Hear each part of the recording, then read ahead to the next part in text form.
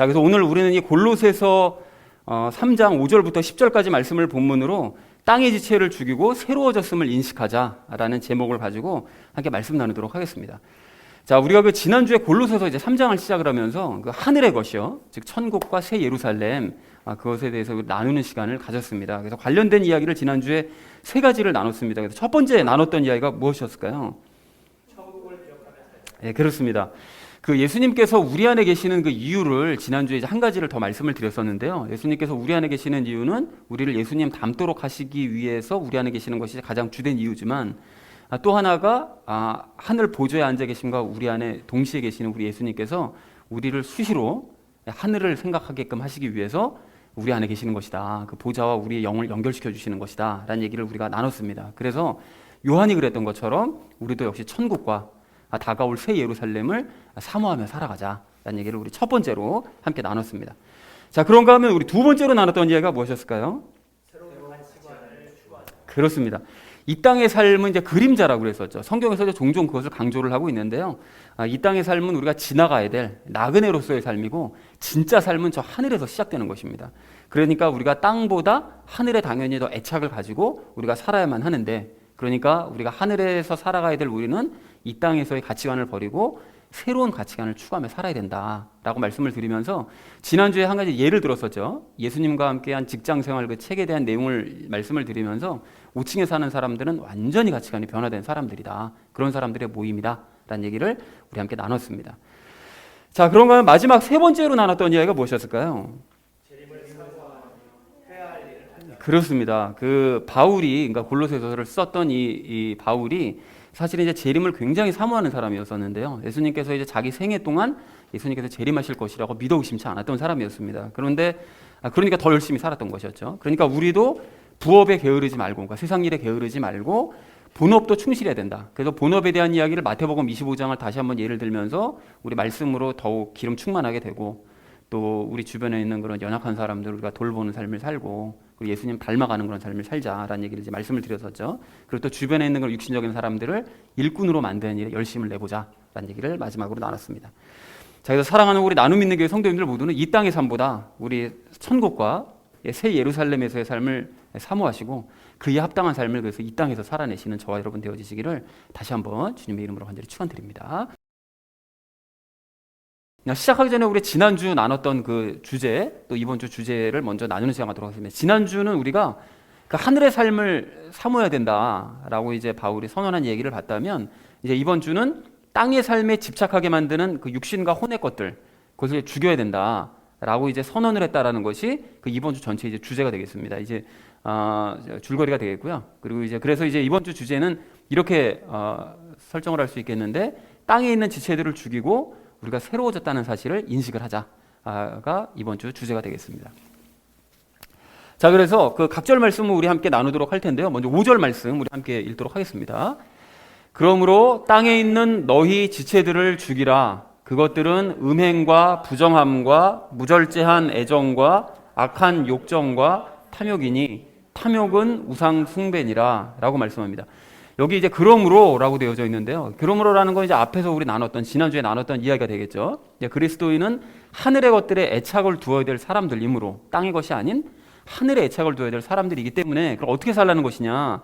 땅에 있는 너희 지체들을 죽이라고 얘기를 합니다. 즉 땅의 것들에 집착하게 만드는 그런 어떤 육체적인 쾌락, 또 육체적인 만족을 위한 그 모든 그것들을 너희가 이제는 죽여야 된다, 그걸 없애야 된다라고 주장을 하고 있습니다. 그래서 그 밑에 이제 예를 들죠. 음행과 부정함과 무절제한 애정 쭉 얘기하는데, 그 중에 특별히 부정함이라는 것은 깨끗하지 못한 그런 모든 행실들, 그 육신의 쾌락을 위해 그 행동하는 어떤 깨끗하지 못한 그런 행동들을 이야기하고 있습니다. 그리고 이 마지막에 탐욕을 바울이 이야기를 특별히 강조해서 탐욕을 이야기를 하고 있는데요. 그 탐욕은 육신의 만족을 위해서 탐하는 그 모든 것들, 그것이 이제 탐욕이겠죠. 그런데 그것은 하나님보다 더 소중히 여겨지는 것들이죠. 그러니까 자기가 그 육체의 만족을 위해서 탐하는 그런 모든 것들이 사실은 하나님보다 더 소중히 여기는 것이 되기 때문에, 그것들은 이제 모두 우상숭배에 해당한다. 하나님보다 더 소중하게 여기는 것은 다 우상이니까요. 그 모든 것들은 다 우상숭배가 되기 때문에 이 탐욕이 이제 우상숭배다라고 이제 바울이 이야기를 하고 있습니다. 자, 그래서 5절 전체 의미를 이렇게 정리할 수가 있겠는데요. 땅의 것에 애착하는 육신의 만족을 너희의 육신의 만족을 죽여라. 그것들은 음행과 부정함과 그 무절제한 애정과 악한 욕정과 탐욕 등인데 탐욕은 우상숭배다라고 이제 바울이 얘기했다는 것이 이제 5절 전체의 의미가 되겠습니다. 자, 이어진 6절 말씀 우리 함께 읽도록 하겠습니다. 이것들로 인하여 하나님의 진노가 불순종의 자녀들에게 임하느니라 라고 말씀합니다. 이것들로 인하여라고 말씀하는데 이거는 앞에서 말한 육신의 만족을 위해 탐하는 그런 모든 것들 때문에 너희가 육신의 만족을 위해서 탐하는 그 모든 것들 때문에 하나님의 진노가 임한다는 거예요. 그런데 여기 보면 불순종의 자녀들을 얘기하는데 그 불순종의 자녀들은 당연히 이제 불신자들을 의미합니다. 그러니까 결국 이러한 것들은 뭘 얘기하고 싶은 것이냐? 이건 불신자들이나 추구하는 것이니까 그래서 하나님께서 그런 불신자들에게 진노를 부으시는 것이니까 너희는 이제 이런 것들로부터 졸업을 해야 되지 않겠니? 라고 바울이 얘기를 했다라는 것이 그 6절의 의미가 되겠습니다. 자, 그래서 6절을 이렇게 정리할 수가 있겠는데요. 육신의 만족을 위해 욕심을 내는 것 때문에 하나님께서는 불신자들에게 진노하곤 하신다. 그러니까 너희는 이제 불신자가 아니니까 이런 행동을 하지 말아라 라고 이제 바울이 권면을 하고 있습니다. 자, 이어진 7절 말씀 우리 함께 읽도록 하겠습니다. 너희도 그것들 가운데서 살 때에는 한때 그것들 가운데서 걸었으나 라고 말씀하는데요. 그것들 가운데서 살 때라는 것은 그 앞에서 얘기했던 것처럼 육체의 쾌락과 만족을 위해서 너희가 살아갈 때 과거에는 그랬다는 거죠. 근데 그때는 그것들 가운데서 걸었다는 거예요. 즉 실제로 그렇게 너희가 행동을 했다는 것이죠. 자, 그러니까 7절 전체의 의미를 이렇게 정리할 수 있는데 골로새 성도들도 과거에는 육체의 쾌락과 만족을 위해 살았다는 거예요. 그리고 이제 더불어서 이 서신서를 보고 있는 우리도 역시 마찬가지로 과거에는 육체의 쾌락과 만족을 위한 그런 삶을 살아왔었다는 것이죠. 근데 이제는 이제 떠날 때가 되었다라고 이제 바울이 정리하고 있습니다. 자, 이어진 8절 말씀 우리 함께 읽도록 하겠습니다. 이제는 너희도 이 모든 것을 내버리라. 곧 분노와 진노와 악의와 신성모독과 너희 입에서 나오는 더러운 대화라 라고 말씀하는데요. 이 모든 것이라는 것은 방금 앞에서 얘기했던 그 주제 육체의 만족을 위한 삶 이걸 이제 버려야 된다라고 이제 결론적으로 얘기를 하죠. 그리고 이제 더불어서 바울은 그 혼적인 문제도 자연스럽게 연결시켜서 언급을 해요. 그러니까 요 위의 것은 요 위의 줄은 이 모든 것 앞에 있는 그 육체의 만족을 위한 삶을 버려라라고 얘기하면서 이 아래쪽 내용을 보면 육체의 만족이 아닌 그 혼과 관련된 그런 이야기들을 하고 있거든요. 그러니까 자연스럽게 연결시켜서 육체의 만족을 버리고 혼의 그런 문제들 이거 버려야 된다라고 이제 자연스럽게 연결시켜서 언급을 합니다. 자, 그런데 여기서 얘기하는 그 신성모독은 뭐 당연히 예수님을 욕되게 하는 그런 말과 행동들이 신성모독이 되겠죠. 그리고 더러운 대화라는 것은 뭐 욕이나 또는 어떤 음담 패설들 그리스도인으로서 어울리지 않는 그런 내용들 그런 말들을 조심해야 된다라고 이제 얘기를 하고 있습니다. 자, 그래서 8절 전체 의미를 이렇게 정리할 수 있겠는데요. 그리스도인들은 육체의 만족을 위한 삶과 함께 혼적인 문제들도 이제 버려야 된다. 여기 예를 들면 분노와 진노와 악의와 이런 것들을 다 버려야 된다라고 이제 바울이 얘기했다는 것이 이제 8절인데, 즉 그것들은 이제 분노와 진노, 악의와 신성모독, 입에서 나오는 수준 낮은 이제 대화들이다. 이런 모든 것들을 이제 버려야 마땅하다라고 바울이 권면하고 있습니다. 자, 이어진 9절 말씀 우리 함께 읽도록 하겠습니다. 서로 거짓말하지 말라. 너희는 옛사람과 그의 행위를 벗어버리고 라고 말씀하는데, 이게 바울이 거짓말하지 말라고 얘기하거든요. 그러면 왜 콕 집어서 거짓말을 하지 말라고 얘기를 한 것이냐, 이 따지고 보면 이 분노와 진노와 앞에서 얘기했던 그 악이 신성모독 더러운 대화 모두가 거짓말과 연관이 되어 있기 때문에 그렇습니다. 그러니까 사람이 이게 거짓말하는 것 때문에 내가 모함을 받거나 하면 분노와 진노가 일어나죠. 그리고 상대를 막 해하고 싶은 그런 악의도 막 일어나고요. 그리고 그것 때문에 막 하나님을 더럽히는 신성모독도 하게 되고 대화가 막 지저분해지고 하는 이런 모든 것들이 그 밑바탕에는 이 거짓말, 거짓의 아비인 사탄이 그 주특기인 그 거짓말이 여기 굉장히 깊게 연관되어 있기 때문에 그 근본적인 원인되는 거짓말을 하지 말라고 이제 바울이 이제 그 요령을 알려주는 것이죠. 자, 그리고 옛사람은 당연히 이제 죄와 연합해 있었던 사람이죠. 죽은 그 옛사람을 얘기하는 것이고요. 그의 행위라는 것은 죄와 연합해서 거짓말을 일삼던 그 과거의 행위, 그것을 이제 너희는 이제 버린 사람들이다라는 것을 바울이 이야기를 하고 있습니다. 자, 그래서 9절 전체 의미를 이렇게 정리할 수 있겠는데요. 그리스도인은 서로에게 거짓말을 하지 말아야 된다. 그리스도인은 죄와 연합해 있던 옛사람과 거짓된 행위를 마땅히 벗어버려야 될 사람들이다 라고 얘기했다는 것이 9절의 의미가 되겠습니다. 자, 마지막 10절 말씀 우리 함께 읽도록 하겠습니다. 새 사람을 입었는데 이 새 사람은 그를 창조하신 분의 형상을 따라 지식에서 새로워진 자니라 라고 얘기합니다. 이 새 사람이라는 것은 당연히 죄와 하나 되어 있는 사람은 옛사람이고 당연히 새 사람은 예수님과 연합한 그 새로운 사람이 되겠죠. 그리고 그를 창조하신 분이라는 것은 당연히 예수님을 의미합니다. 그래서 그 1장 16절에서 봤던 것처럼 세상의 모든 창조물은 예수님으로 말미암지 않은 것이 없다라고 이제 말씀을 했었죠. 그러니까 모든 것이 다 예수님의 손을 거쳤다라고 말씀하셨기 때문에 그를 창조하신 새 사람도, 우리가 새 사람이 된 그 새 사람도 예수님께서 창조하셨다라는 것이죠. 자, 그리고 형상을 따라라고 되어 있는데 우리는 예수님의 형상을 따라서 하나님을 이제 안에 모신 존재가 된 거죠. 예수님께서 먼저 시범을 보여주셨죠. 그 안에 이제 하나님을 모실 수 있다는 걸 보여주셔서 우리도 이제 하나님을 모신 존재가 되었다라는 것입니다. 그리고 지식에서 새로워진 자라고 얘기를 하는데 여기서 얘기하는 지식은 그 하나님과의 연합에 대한 지식을 의미를 합니다.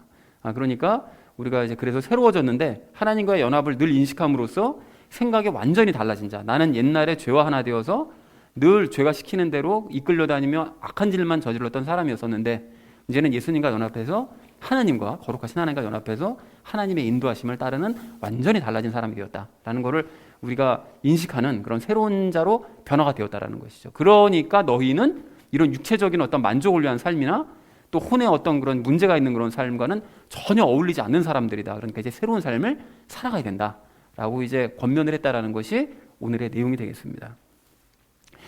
자, 그래서 10절 전체 의미를 이렇게 정리할 수 있겠는데요. 그리스도인은 예수님과 연합하여 새 사람이 되었고 그는 자신을 창조하신 예수님의 형상을 따라 연합에 대한 지식으로 새로워진 사람이다 라는 것이 10절의 의미가 되겠습니다. 자, 그래서 오늘 본문을 이렇게 정리할 수 있겠는데요. 그리스도인은 육체의 만족을 위한 탐욕 등을 마땅히 죽여야 된다. 그리고 이것들은 불신자들이나 하는 행동이고 한때는 우리도 그렇게 행했던 것이었지만 이제는 그것들을 혼적인 문제들과 함께 마땅히 버려야 되고 무엇보다 우리가 거짓말을 하지 말아야 된다. 이런 혼적인 문제를 일으키는 근본 원인인 거짓말을 우리는 하지 말아야 된다. 그러니까 우리는 옛사람과 행위를 이제 벗어버리고 예수님처럼 지식에서 새로워진 새로운 사람이 되었으므로 더 이상 이런 행동을 하지 말고 살았으면 좋겠다라고 얘기하는 것이 오늘 본문의 내용이 되겠습니다. 자, 그래서 오늘 본문의 결론을 이렇게 맺을 수 있겠는데요. 땅에 있는 지체들을 죽이고 우리가 새로워졌다는 사실을 인식하며 살아가자라는 것이 오늘의 이제 결론이 되겠습니다. 그래서 이 결론을 가지고 나머지 부분 이야기들은 삶에 적용하면서 함께 말씀 나누도록 하겠습니다. 그 땅의 것들을 죽이고 새로워졌음을 인식해야 될 우리가 오늘 첫 번째로 함께 나눌 이야기는 그 육체적인 것들을 죽이자라는 것입니다. 여러분은 5절 말씀을 좀 다시 보십시오. 그 5절을 보시면 바울은 골로새 성도들에게 뭘 얘기하죠? 너희 땅의 지체들을 죽여라 라고 이제 권면을 합니다. 그러면 도대체 땅의 지체를 죽이는 게 뭐냐? 그 내용을 자세히 보니까 그 육신의 쾌락과 만족을 위한 행위들을 너희가 그 버려야 된다, 거부해야 된다. 이제 이런 내용이 그 주된 내용입니다. 그래서 그 5절 마지막에서는 탐욕에 대해 언급을 하잖아요. 근데 이 탐욕이 앞에서 말한 음행과 부정함 이런 모든 것들의 근원이 되는 마음이 이 탐욕이기 때문에 그 탐욕에 대해서 강조를 한 거예요. 그러니까 즉 내 육신의 쾌락과 만족을 위하려는 그 탐욕 때문에 나를 위하고자 하는 그 탐욕 때문에 사람들이 음행도 저지르고 그 부정한 일도 저지르고 또 절제하지 못하는 그런 애정행각도 저지르게 되고 또 성적인 어떤 폭행들 그런 것들도 이제 행하게 된다는 거죠. 그리고 바울은 이렇게 육체의 그런 행동들, 그 육체 행동의 아주 근본이 되는 이 탐욕이 우상숭배라고 얘기를 하는데 그 탐욕이 왜 우상숭배라고 아까 전에 말씀을 드렸는가 하면 그걸 하나님보다 더 높이는 거니까. 그러니까 나 자신을 위하는 그 탐욕스러운 마음이 하나님을 높이는 마음보다 훨씬 더 크기 때문에 이것이 이제 우상이라는 것이죠. 자, 그래서 이렇게 이제 자신의 탐욕에 따라 이제 행하는 사람, 이제 그 사람이 사실은 따지고 보면 자기가 제일 큰 우상인 거예요. 자기 자신을 이제 섬기려는. 그래서 왜 바울이 빌립보서에서도 얘기하는 것처럼 자기 배를 섬긴다라는 표현을 하잖아요. 그러니까 자기 배가 우상인 거죠. 자기 자신이 이제 우상인. 그러니까 자기를 높이려는 그런 마음들이 있다라는 것입니다. 근데 그러한 나라는 이제 우상에 만족을 해서 사람들이 어떻게 하냐? 하나님도 우상으로 만들어 버려요. 그러니까 내가 제일 큰 우상이고, 그래서 나를 위하기 위해 하나님도 나를 위한 우상이 되어줘야 되고, 내 주변에는 돈도 우상이 되어줘야 되고, 주변에는 나를 만족시키는 모든 것들을 다 우상으로 만들어 버리는. 그래서 내 만족을 채워주는 그런 일들로 이제 만들어 버리더라는 것입니다. 자, 그러니까 정리하자면 이렇게 자신을 위하는 마음, 또 자기가 중심이 되는 마음이요. 그것이 이제 그 이전에도 얘기했었던 것처럼 세상에 유치한 원리인데 자기를 위하는 바로 이 마음이 곧 이제 우상숭배라는 사실을 우리가 알 수가 있는 거죠. 그래서 사실 이러한 경우는 뭐 너무나 흔하게 찾아볼 수가 있습니다. 이게 우상숭배하는 이런 모습을 너무나 자주 찾아볼 수 있는데, 멀리 갈 것도 없이 지난주 금요일, 토요일 큐티 내용을 여러분이 기억하시죠? 큐티 내용 보시면 이런 모습을 볼 수가 있습니다. 남유다가 이제 멸망하고 난 후에 바벨론이 총독으로 누구를 세우죠? 그달리아를 세우죠. 그래서 그달리아를 이제 총독으로 세워가지고 주변에 도망쳤었던 사람들과 남유다에 남아 있었던 모든 사람들이 다 그달리아 총독에게 이제 모여들어요. 그 사람이 또 덕망도 있던 사람이라서 다 모여듭니다. 그리고 예레미야도 바빌론으로 가지 않고 그달리아에게로 가서 백성들과 함께 이제 머무르게 되죠. 자, 그런데 그때 요하난이라는 사람을 비롯한 이제 군대 대장들도 다 같이 이제 모여서 이제 그달리아에게로 옵니다. 자, 오는데 와서 그 사람들이 특별히 이제 뭘 얘기를 해주는가 봤더니 암몬으로 도망친 사람 중에 이스마엘이라고 있다. 근데 그 이스마엘이 사람들을 데리고 암몬 왕의 사주를 받아서 너를 죽이려고 이제 오고 있으니까 대비를 해야 된다라는 걸 가르쳐 줘요. 여기까지는 좋았죠. 근데 그달리아가 이제 그 사람들 말을 들었느냐 하면 안 들었어요. 그냥 안 듣고 그냥 믿지 않고 그냥 사람이 너무 좋아서 그런지 그냥 아무 대비도 세우질 않았습니다. 근데 정말로 그 일이 일어난 거예요. 그래서 이스마엘이 사람들을 데리고 와서 암몬 왕의 사주를 받아가지고 그달리아를 죽여버리고 그달리아와 함께한 유대인들도 죽이고 심지어는 바벨론 군사들까지 막 죽여버린 거예요. 대형사고를 친 거죠, 한마디로. 그래서 이제 다른 곳에 잠깐 가 있었던 요하난과 군대 대장들이 이 이스마엘을 이제 잡으려고 죽이려고 막 쫓아왔죠. 쫓아왔는데 겁을 집어먹은 이스마엘이 자기 동료들과 함께 암몬으로 다시 도망가 버립니다. 그러니까 사고 쳐놓고 도망쳐 버린 거예요. 그러니까 이게 남아있는 이 요하난을 비롯한 군대 대장들 그리고 뭐 예레미야나 뭐 이 사람들이 전부 다 이게 난처해진 거예요. 왜 그런 거죠? 이게 만약에 여기 그달리아 총독이 죽고 바벨론 군사들이 죽었다는 얘기가 바벨론 왕의 귀에 들어가기라도 하면 당연히 어떻게 생각하겠어요?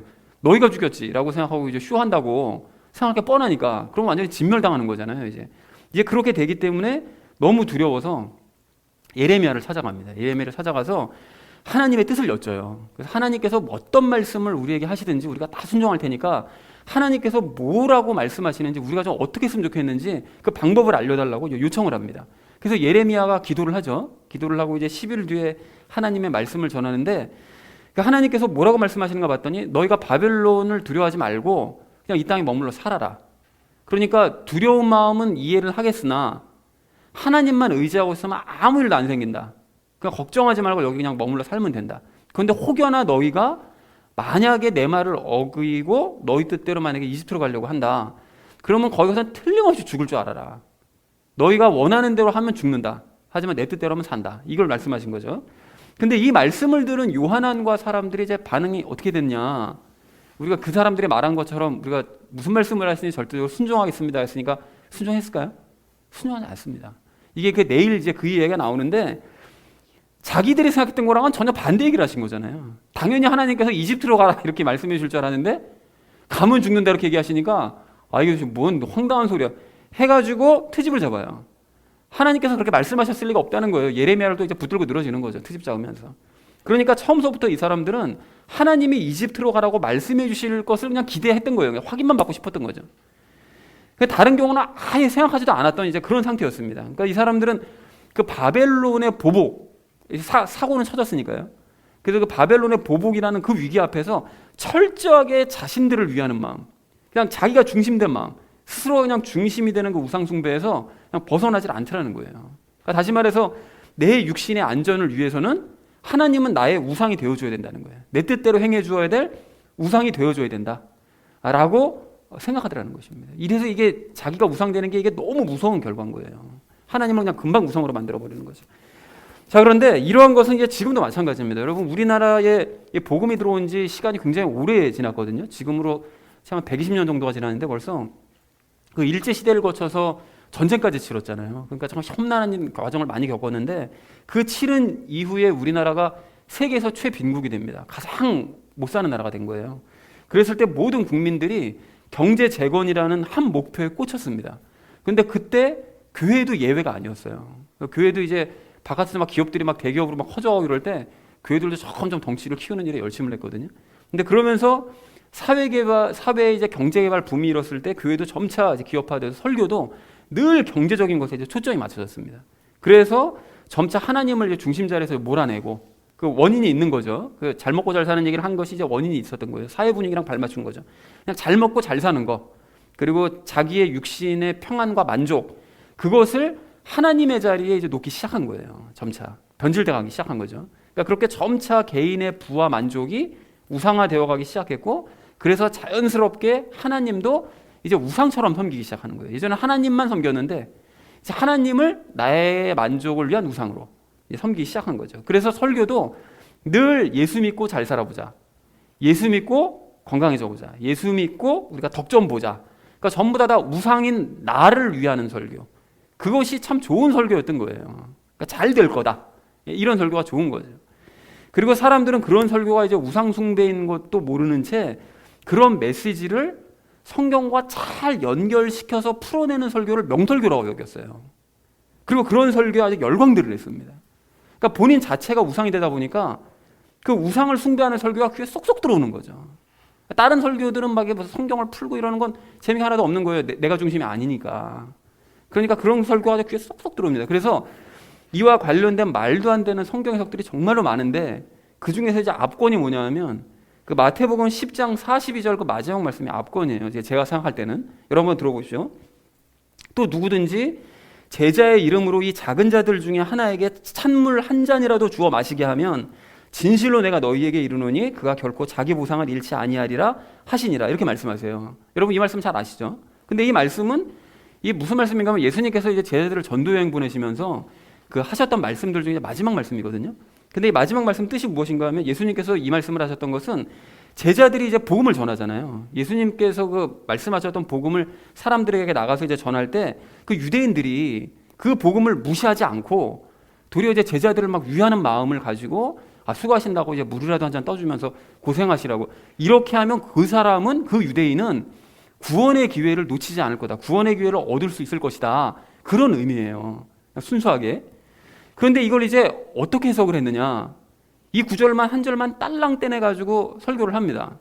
그래서 복음을 전하는 목사에게 물이라도 한 잔이라도 대접을 하면 반드시 보상받는다, 복받는다, 이제 이렇게 해석을 해버린 거예요. 그러니까 목사에게 그 다음부터 어떻게 되는 거죠? 사람들이 막 선물 사주고 밥 사주고 여행 보내주고 막 차 사주고 막 이런 일들 하는 거예요. 왜요? 물 주면은 복 받는데 물보다 더한 거 주면 더 큰 복 받겠지. 그러니까 그런 논리로 가지고 열심히 목사를 섬긴 거예요. 그러니까 이런 식으로 가짜들이 전혀 상관도 없는 그런 구절들까지 물질의 복을 위한 말씀으로 만들어내고 바꿔버린 거죠. 그리고 우상 숭배의 구절들로 그냥 만들어버렸다는 것입니다. 더 황당한 게 뭔지 아세요, 여러분?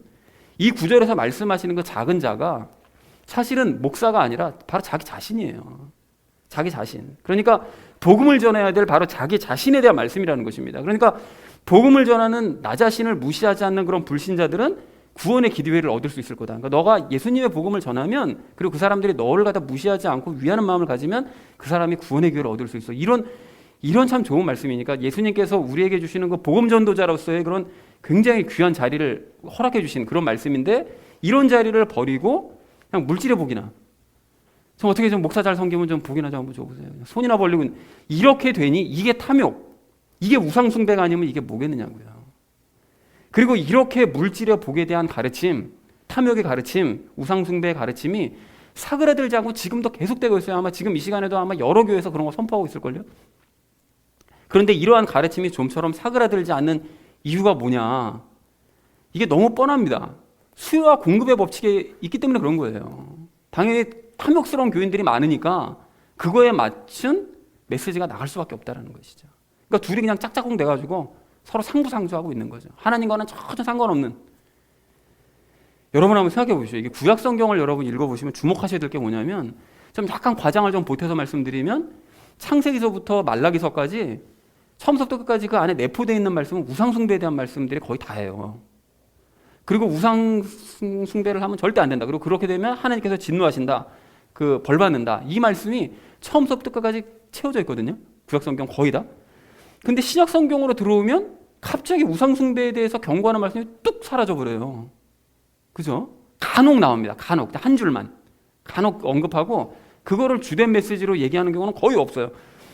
그럼 왜 이렇게 되는 것이냐? 그거 신기하지 않아요? 구약 성경에서 그렇게 강조하셨는데 갑자기 신약 성경 와서는 강조하지 않는 이유가 왜 그런 것이냐? 여기에 아주 분명한 이유가 있는데요. 예수님을 믿고 영접한 사람은 자기 자신이 죽었다는 사실을 알아요. 그죠?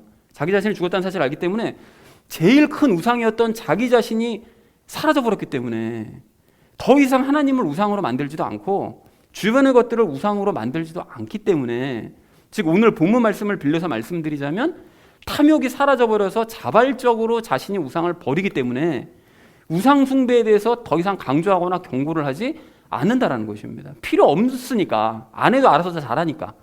자, 그러니까 이처럼 참된 그리스도인은 더 이상 우상을 숭배하지 않으므로 방금 말씀드린 그 사람들처럼 막 재물의 복을 받기 위해서 막 목을 매고 막 하나님을 우상으로 만들고 목사 잘 섬기면 내가 복 받을 거라고 막 그냥 믿어 의심치 않고 절대로 그런 일을 행하지 않는다라는 거예요. 그래서 막 저한테 무슨 뭐 차 사주시고 이런 건 없잖아요. 그래서 다시 말해서 재물의 복을 위해서 설교하고 그런 설교에 목을 매는 그런 사람들이요, 모두가 다 어떤 사람들이죠? 다 가짜 그리스도인이라는 것입니다. 진짜가 아니라는 거예요. 사랑하는 우리 나눔 믿는 교회 성도님들 모두는 자신의 죽음을 인정하고 좁은 길로 걸어가시는 진짜 성도님들이신 줄로 그렇게 믿습니다. 자, 그런데 혹시라도 여러분 예습관에 따라서 가끔 문득문득 그럴 때 있잖아요. 스스로를 막 이제 우상으로 만들거나 하나님을 막 우상으로 만들려는 그런 육체적인 부분들이 조금이라도 발견이 된다면 그 모든 것들을 여러분 하나하나 다 발견해 내셔서 모두 깨끗하게 버리심으로써 진리의 길을 함께 걸어가시는 저와 여러분 되어주시기를 주님의 이름으로 간절히 축원을 드립니다. 자, 땅의 것들을 죽이고 새로워졌음을 인식해야 될 우리가 오늘 두 번째로 나눌 이야기는 혼적인 것들을 버리자라는 것입니다. 여러분 오늘 8절 말씀을 좀 다시 보십시오. 8절을 보시면 아까도 설명드렸던 것처럼 바울은 육체적인 만족에 대한 이야기에서 이제 감정과 생각과 의지, 혼에 대한 이야기로 이제 자연스럽게 주제를 바꾸는데 그 혼의 잘못된 모습들에 대해서 지적을 해요. 그러니까 그 바울이 여기서 말한 그대로 우리는 분노, 진노, 악한 의도, 예수님을 욕되게 하는 말과 행동들, 그 저급한 대화들, 이걸 점차 줄여가야 됩니다. 근데 물론 이러한 모습이 이제 한 번에 싹 없어지면 정말 좋겠는데 이게 옛습관을 고치는 게 쉽진 않아요. 우리 안에 그 혼이 그 죄에 익숙해져 있기 때문에 더러워져 있는 상태이기 때문에 한 번에 고쳐지진 않지만 서서히라도 우리가 고쳐가야 됩니다. 여러분 그런 의미에서 우리가 좀 다윗을 좀 기억해 봤으면 좋겠는데요. 그 다윗의 셋째 아들이었던 압살롬이 반역을 일으켰을 때 그 다윗이 그 압살롬이 그 반역을 일으킨 것이 하나님의 징계라고 생각을 합니다. 그러니까 자기가 그 밧세바를 그 범한 그런 끔찍한 범죄를 저질렀잖아요. 그리고 우리아를 막 죽여버리고 한 이런 끔찍한 범죄를 저질렀기 때문에 하나님께서 자기를 징계하신다고 생각하면서 그냥 순종하는 마음으로 피난길을 떠납니다. 떠나는데 그때 시므이라는 한 인간이 나타나가지고 베냐민 지파의 시므이라는 인간이 나타나서 다윗에게 막 돌 던지고 막 재뿌리고 하면서 온갖 조롱과 이제 막 저주를 퍼부어요. 그래서 이렇게 얘기합니다.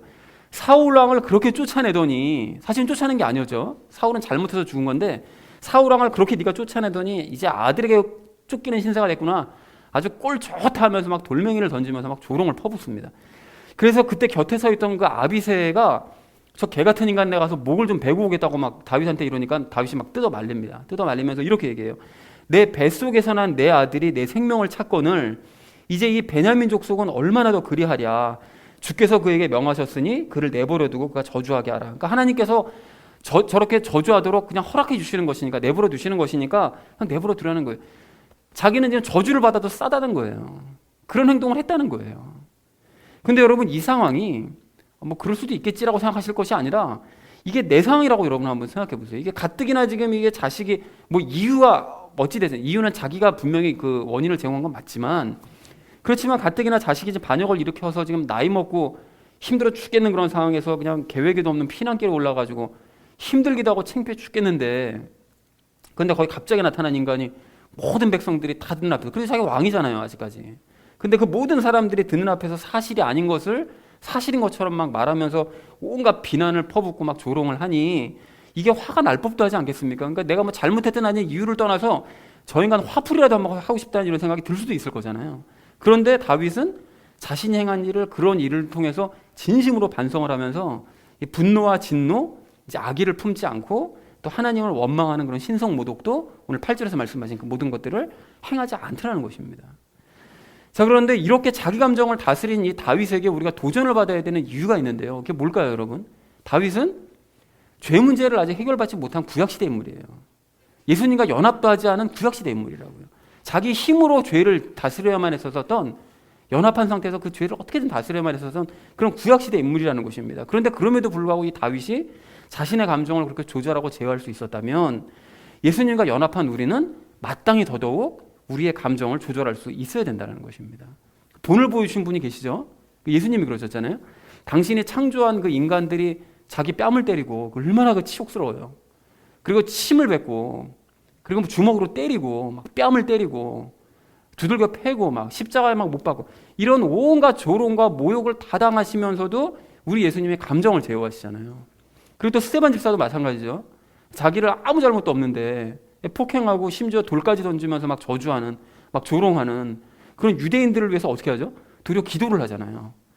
그런 우리 모본을 보이신 우리 선배들처럼 우리도 역시 우리 스스로가 감정을 제어하는 그런 행함을 할 수 있어야 된다는 것입니다. 그런데 사실 이렇게 말씀드리고 있는 제 자신서부터가 참 부끄럽긴 한데요. 이게 살다 보면 감정 조절을 하지 못해서 막 흥분하고 있는 제 자신의 모습이 이게 보일 때마다 이게 참 부끄러운 거죠. 그리고 그런 순간에 예수님과 스데반 집사가 탁 떠오르기까지 하면 더 부끄러워가지고 제 자신을 뭐 어떻게 해야 될 줄 모르는 쥐구멍이라고도 찾고 싶은 이제 그런 심정이 이제 되더라는 것입니다. 그래서 아닌 게 아니라 이제 지난주 중에도 사모님이랑 같이 이렇게 어디 가면서 차 타고 가면서 얘기를 하다가 어제 어떤 사람에 대한 얘기가 나왔는데 그 사람의 상처가 되게 많은 사람이었었거든요.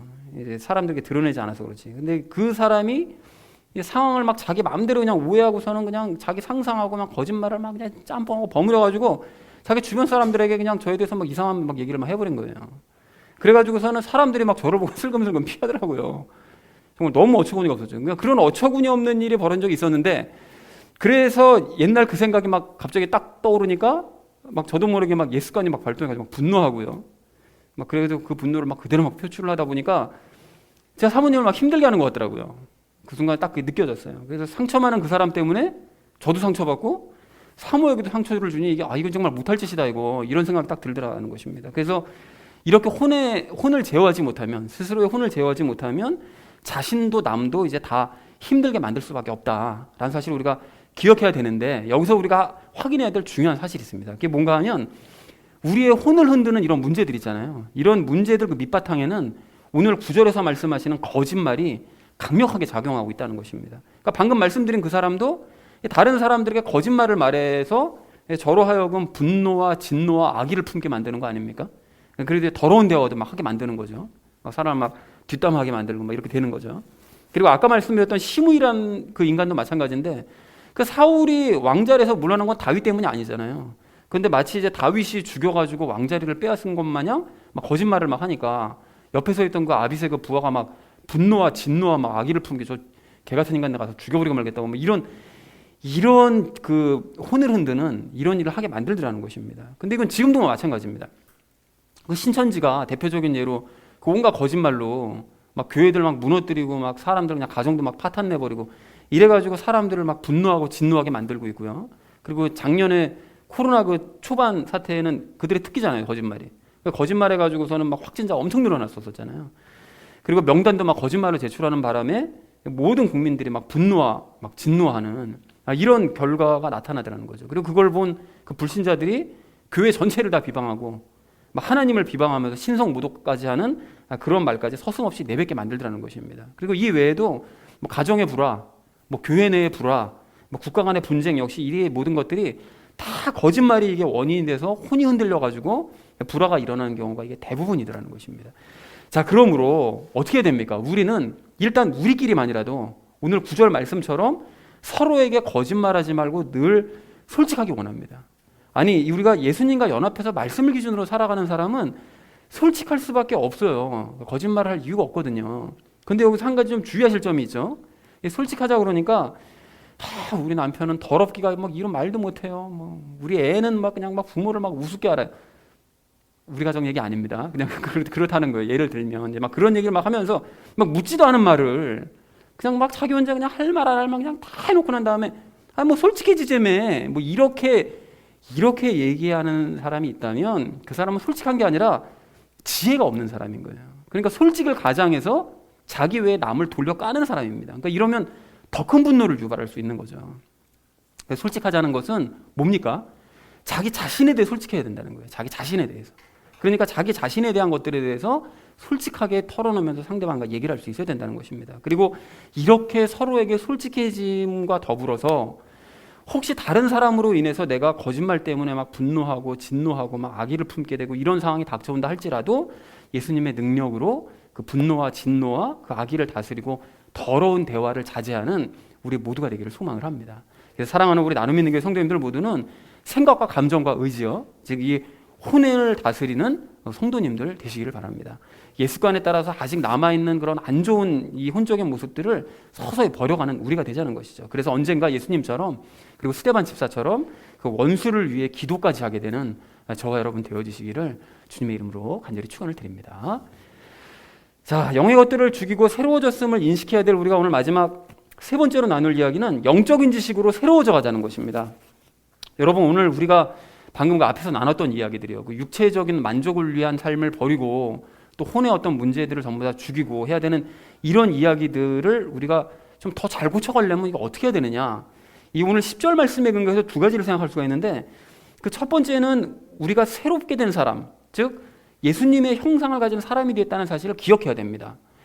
여러분, 우리가 새롭게 된 사람은 이 새로운 마음가짐을 가지고 살아가야 되는 게 맞아요. 그런 자세를 가지고 살아가야 되는 게. 그래서 이에 대한 좋은 예화가 있는데, 그 마태복음 9장을 보면 세례 요한의 제자들이 예수님을 찾아와서, 아니 우리도 금식하고 바리새인들조차 금식하는데 왜 당신의 제자들은 금식을 안 합니까? 차마 예수님한테는 얘기 못하고 당신 제자들은 왜 금식하지 않습니까? 라고 따져요.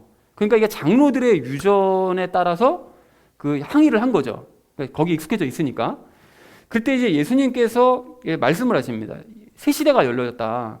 너희가 이제 이제까지 살아왔던 그런 생각 가지고 그런 마인드를 가지고 살면 안 돼. 새로운 시대가 열렸기 때문에 새 옷감 조각을 절대 낡은 옷에 붙이지 않고 새 포도즙은 낡은 부대에 담지를 않아 라고 이제 말씀을 하십니다. 그 말씀은 예수님의 새로운 복음을 받아들이려면 너희가 기존에 가지고 있었던 낡은 장로들의 유전 그리고 관습들 다 버려야 이 말씀 받아들일 수 있어 라는 의도로 이제 말씀하신 거죠. 그러니까 우리도 마찬가지라는 거예요. 여러분, 우리도 예수님과 연합한 새 사람이 되었다면 우리가 육체의 만족을 위한 삶, 또 혼적인 잘못, 이거 마땅히 다 버려야 됩니다. 우리가 막 기존에 막 교회에서는 그냥 그런 그 육체의 만족을 위한 삶을 도리어 막 권장하고 조장하는 막 이런 가르침도 받고 막 이렇게 했었는지 모르지만 이제 그 모든 것들 다 버려야 된다는 거죠. 그런데 이게 한 번에 다 버려지느냐? 절대로 그렇지 않습니다. 그래서 여러분, 여기서 중요한 것이 무엇인가 하면 내가 새 사람이 됐다는 사실을 인식해야 되는 거예요. 내가 새 사람이 되었다는 사실을 인식하는 것과 그것을 인식하지 않는 것에는 결과에 정말 큰 차이가 있습니다. 즉, 내가 새 사람이 되었기 때문에 나는 더 이상 육체의 만족을 위한 삶, 내 혼을 잘못하게 만드는 그런 잘못된 삶을 안고 살아가는 사람은 어울리지 않아. 이거를 인식하는 사람은 예수님 자꾸 인식하게 되는 거죠. 의지하게 되는 거죠. 그러면 실제로 그런 삶을 살지 않도록 변화되어 갈 수 있습니다. 그러나 그걸 인식하지 않는 사람은 아예 자기가 시작조차 하지 않아요. 그리고 자기가 뭘 잘못하고 있는지조차 전혀 깨닫지를 못한다는 것입니다. 그러니까 쉽지 않겠지만 우리는 새 사람이 되었다는 사실을 수시로 인식해서 새 사람답게 살아가는 저와 여러분 되시기를 소망을 합니다. 자, 그런가 하면 육체적인 그런 행실과 혼적인 잘못을 고치기 위한 두 번째 방법은 뭔가 하면 그 10절에 나오죠. 연합에 대한 지식을 우리가 기억하자는 거예요. 여러분, 이게 10절 말씀처럼 우리가 예수님과 연합했다는 지식을 가진 우리는 새로운 사람이 됐거든요. 그러면 우리가 예수님과 연합한 우리가 육체의 만족을 위한 삶을 산다면, 또 거짓말로 사람들의 혼을 뒤흔드는 일을 한다면 내 안에 계신 예수님께서 이거 좋아하실까? 여러분, 이걸 생각해야 된다는 거예요. 물론 우리 안에 있는 죄 때문에 우리가 막 육체적으로 막 혼적으로 막 잘못된 말과 행동도 할 수 있죠. 그게 바로 고쳐지지 않으니까. 근데 언제까지나 우리가 죄 탓만 하고 있을 수는 없는 거잖아요. 그죠? 그러니까 우리가 그 죄를 이겨가면서 우리와 연합하신 예수님께서 말하게 하심을 따라 말하고 행하게 하심을 따라 행해야 될 사람들이고, 평생 그렇게 훈련하고 연습해서 혼과 육체를 다스리고 상태가 점점 좋아져야 될 사람들이다. 이 사실을 우리가 기억해야 된다는 것입니다. 그러니까 이제 예수님과 연합했다는 사실을 우리가 인식하고, 그래서 예수님께서 나의 말과 행동을 어떻게 생각하실지를, 행동을 어떻게 생각하실지를 고민하는 우리가 되자는 것입니다. 이게 참 단순한 얘기인 것 같은데요. 여러분, 이거를 인식하는 것과 인식하지 않는 것에는 정말 큰 차이가 있고, 인식하는 사람만이 점차 고쳐갈 수 있다는 것이죠. 그래서 우리가 그렇게 서로가 고쳐감으로써 우리가 서로 본을 보여주고 그래서 선한 영향력을 주고받는 우리가 되자는 것입니다. 사랑하는 우리 나눔 있는 교회 성도님들 모두는 새롭게 창조됐다는 사실 여러분 기억하시고요. 또 예수님과 연합했음을 기억하시는 성도님들 되시길 바랍니다. 그래서 그걸 늘 인식하셔서 육체적인 삶과 또 혼적인 어떤 그런 잘못들을 다스려 가시고 변화되어 가시는 저 여러분 되어지시기를 주님의 이름으로 간절히 축원드립니다. 자, 이제 한 가지 얘기만 더 하고 말씀을 마치려고 하는데요. 여러분, 우리가 오늘 앞에서 나눴던 이야기들 이걸 왜 행해야 되느냐? 왜 우리가 육체적인 어떤 만족을 위한 삶을 죽이고 뭐 혼적인 잘못을 막 버리고 왜 이런 수고를 우리가 해야만 하는 거지라고 생각할 수 있는데 이게 왜 그런 건가 하면요, 여러분. 지난주에 우리가 나눴었던 그 하늘의 삶, 하늘의 삶에 합당한 자가 되기 위해서 그렇게 하는 거예요. 여러분 생각해 보세요. 하늘에 올라간 사람이 자기 탐욕을 가지고 막 자기를 우상으로 만들거나 아니면 서로에게 거짓말하는 그런 잘못을 저지를 수가 있을까요? 절대 그럴 일은 없죠. 하늘에 있는 사람이 그런 악을 저지르면 거기가 지옥이죠, 천국입니까? 당연히 그런 일이 있을 수가 없습니다.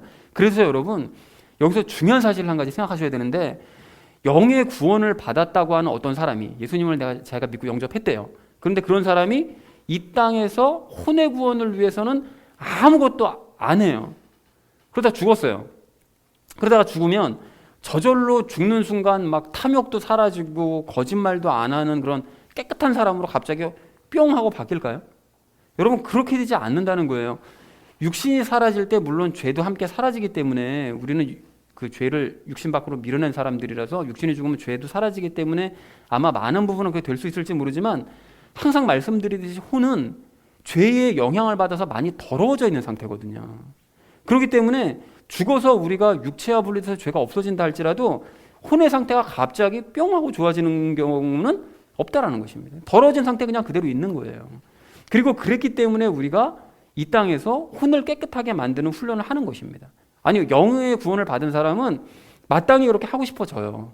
그래서 그런 사람은 간절한 마음을 가지고 육체 안에 있는 죄를 이기는 훈련을 계속 반복해 나가면서 점차 혼의 깨끗함을 이뤄갑니다. 그러나 이러한 간절함이라고는 전혀 없이 그냥 저절로 그냥 좋아지려니 하면서 훈련에 힘쓰지 않았던 사람들은 저절로 혼이 깨끗해질 수가 당연히 없다는 거예요. 그리고 그렇게 혼이 깨끗해지지 못한 사람은 당연히 천국으로 갈 수가 없습니다. 아니 그렇게 막 거짓말이나 일삼고 자기 자신을 무상으로 만든 사람이 어떻게 천국 들어갈 자격이 있겠어요? 당연히 그럴 수는 없는 거죠. 그런데 정확하게 그걸 말씀드리면 그렇게 혼의 구원을 위한 간절함 없이 훈련을 하지 않는 사람은 애초에 영의 구원도 받지 못한 사람이라는 것입니다. 자기가 착각하고 있는 상태라는 것이죠.